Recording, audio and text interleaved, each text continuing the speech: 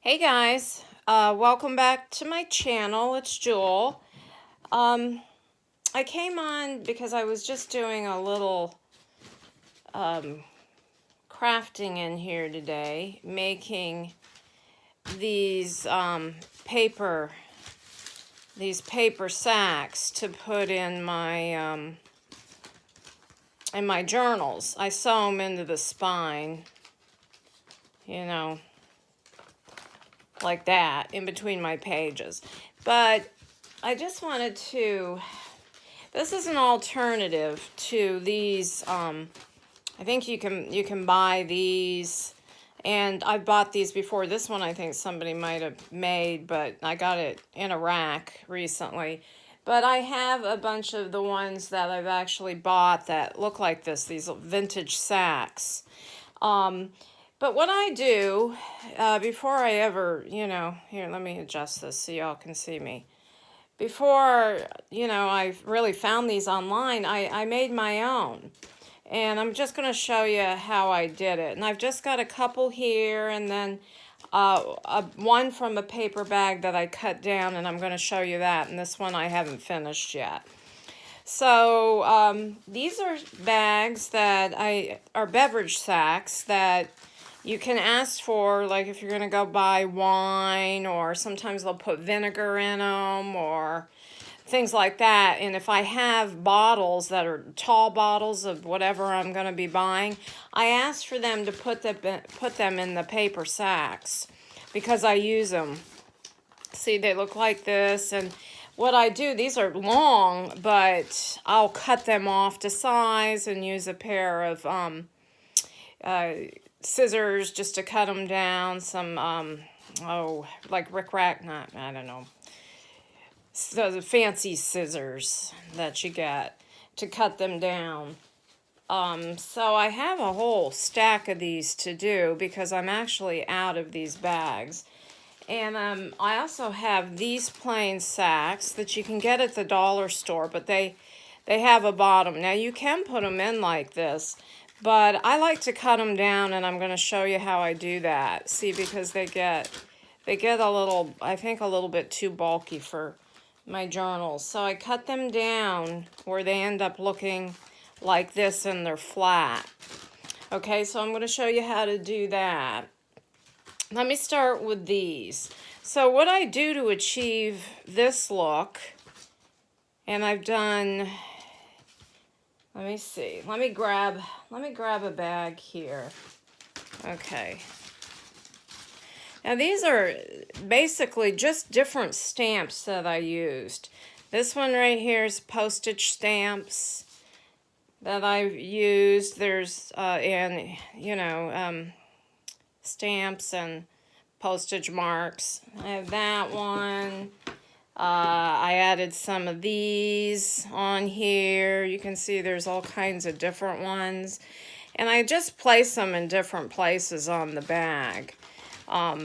Just so the bag can be full. So you have something on all of it. Then, let me just do a little bit. Actually, I'm going to take this one. This one's one of the flat sacks. This one I did some script stamping on. This script stamping. And I did, let me see, not the Paris. These cute little stamps. And some of them, the stamps didn't come out great. So what I did is I went right over the top with the script stamping to kind of, if it wasn't a great stamp, sometimes these don't give me the greatest stamps, the best impression. These are kind of cute. See, an old telephone and old camera. Make it kind of vintagey, old typewriter. And then this neat stamp. I believe I got this, I can't remember where I got it, but I know where you can get them on an Etsy shop.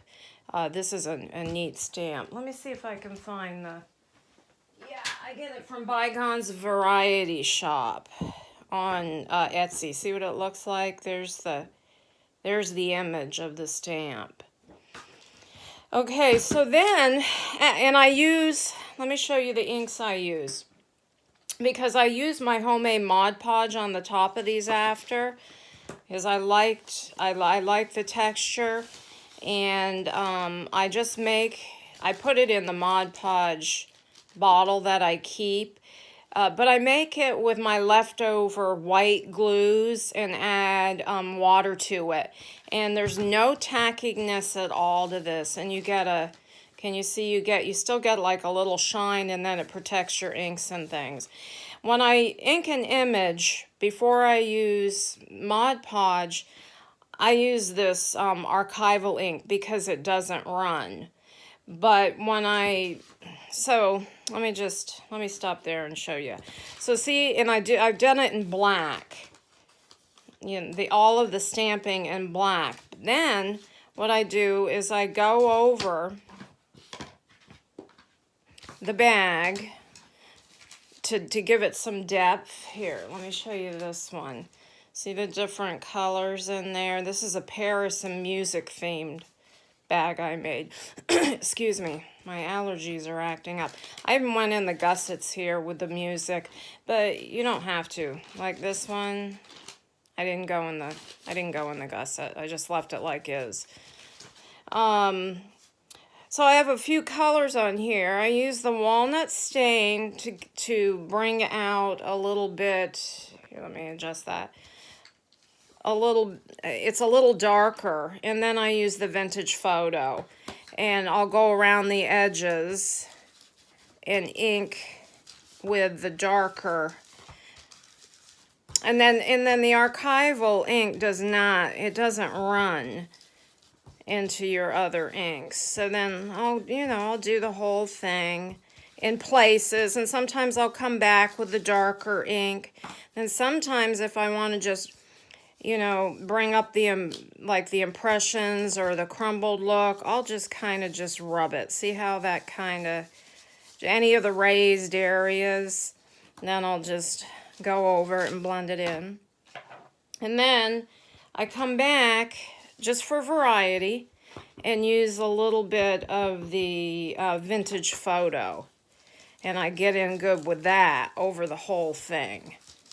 So I have some of the darker inks, the walnut stain's a little deeper, so there's a little variety on there. Let me just quickly go over this so I can go to the next step, because I'm going to use these. Get that. Sometimes I'll just take the darker ink and just go right around the sides. Just rub it right on so you have like some dimension. And all right, let me use a little bit more of this just to blend it in before then I usually wait till I want my inks to dry. I make sure the black ink is completely dry before I move on to the distress inks, so I don't have, a lot of running. I mean, if you get a little running, that's okay. It kind of adds to the character of the, the vintage look. Let me put these aside. You can always, if you're in a hurry, you don't want to wait, you can always, do the heat gun to dry the inks. Then I just take my Mod Podge. See how I put a bag over the top? Because if I don't, I change these bags out a lot because I can't get the lid off. It sticks. It's like a glue. But it's not tacky the way I make it. So it's not tacky. And believe me, I live in southeast Florida, and it is some kind of humid out down here. All right, I always keep a brush or a bowl of water if I'm using gesso or, Mod Podge or any, I just keep it on my desk, and so your brushes stay good. They don't, they last a lot longer. And in between the bags, I'll, put my brush back in there. And all right, and then I'm just going to just run. I only did one coat if you want a little bit of a heavier look. And you see it's white, but it dries clear. So let me run this up and down. You know, you might get a little running with the distress, but the black won't run. But that's okay because, you know, you're still going to have some variations in your color. It won't all look one color. And then, because I'm impatient, I'll usually go in and take my heat gun, my heat tool. See how quickly that dries? You know? So you can do that. So I'm going to let that dry the rest on its own. And I'm going to show you how I cut down these bags before we move on. All right, so if you don't have any of these long kind of flat bags, and also I cut them off for the length I want. Let me find my scissors. Hold on. Let me see if I can find my scissors. Yeah, I have these. And that's it. You can use the mini. I like to use the mini pinking. So let me just show you what that looks like. And I just bought these. These were very inexpensive. I got a box of them. They came in a set. So if I wanted to cut it down, you know, you can cut down the back. But usually I kind of, let me see if I'm in frame. Kind of just go up and around on an angle. Then you can go in, hold on. And if you want a little bit more variation, just do a little punch. That's too big, but actually I don't even like that at all. So I think I would go and just, you know, go around that with the pinking, mini pinking shears, or, you know, you can do anything. Let me see. There's a stamp one. That's called a heartbeat. I've used this. Oh, this is a regular pinking. Let me see. This is kind of fun, you know. And these are fun to do your, that's neat, corkscrew. To just do some interest on your pockets and on your edges if you don't want to pull out your big punches. These are cheaper than punches too. Okay, cutting down the paper sacks. So these I just get at the dollar store, and you can, like I said, you can use them like this. But what I usually do is they come flat like that, is I fold them down.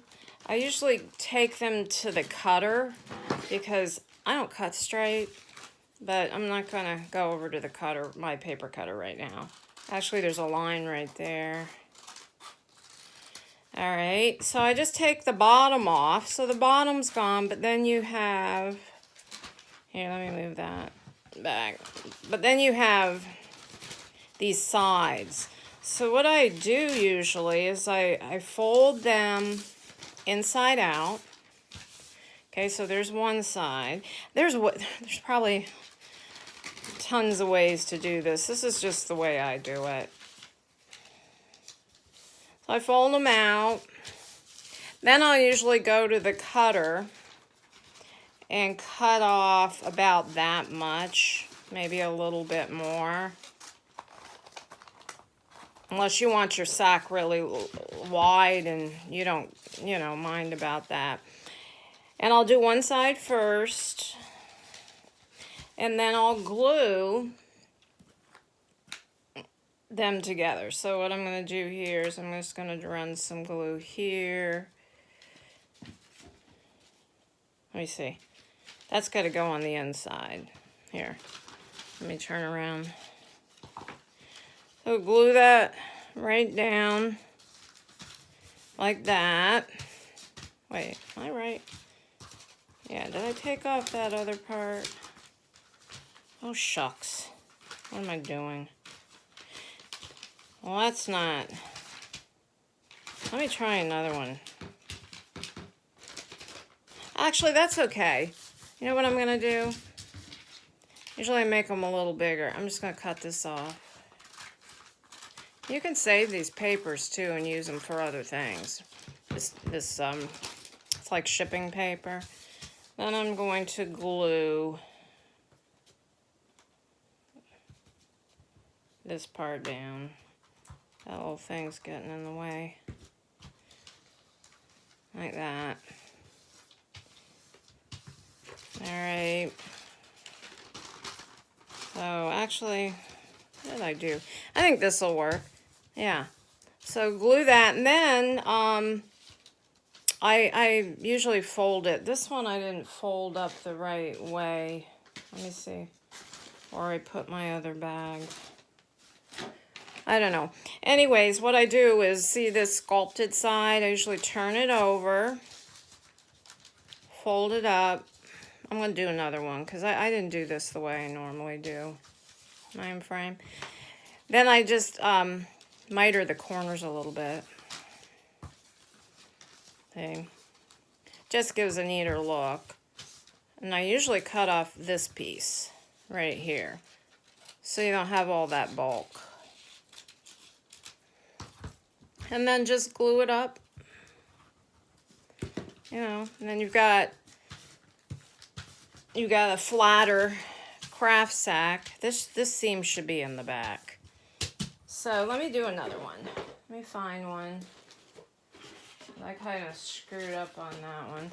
Okay, here's one. Start over with that. All right. What I do is take, you know, this flap, put it down like that. I usually go to the cutter next, but I'm going to use my scissors. Just cut the bottom off.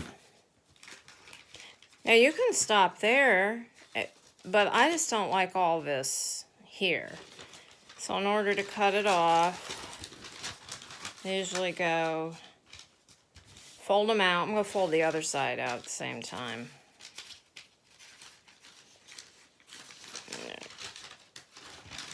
It makes it easier to cut it off. I'll fold it there. And then I use this, you know, where the crease was as a guide. Usually go to the, like I said, to the cutter. See, I cannot cut straight. I don't know about you guys, but I am challenged when it comes to cutting straight. Okay, then I'll just glue these seams with the edges.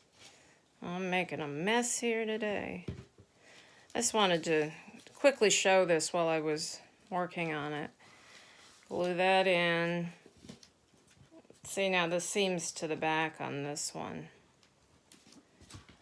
What I mean by that is, see, here's the front of the bag. Okay, so then I cut this side off. Should go to the cutter. Since I'm challenged to cut a straight line. Oh my. Okay, let me make sure. Yep, okay. So I'm just going to take this and glue. See, I can't even glue in a straight line. That's pretty sad. And fold this over. The reason why I do it on both sides is I don't love having like the creases. See, so then I cut the creases off. See, so this one has a crease because I didn't do it right. See, so this one does, well, a little bit, but so that's that. And then there again, just turn up the bottom of the sack, cut the corners on a little angle. You know, you can make your own sacks too out of the shipping paper. Just, if I can do this, just save your shipping paper that comes, or you can buy it, it's all folded up. brown shipping paper. The lightweight stuff, because that makes the best sacks. Well, that's uneven. Normally, like I said, I would take it to the thing. But there, then you have a flat, you know, craft sack. So there's a couple ideas of what to do to make your own, you know, vintagey looking sacks to go in your journals. So hope you got a couple of ideas and got inspired to make your own. All right, guys, have a great day. Thanks so much for watching. Bye-bye.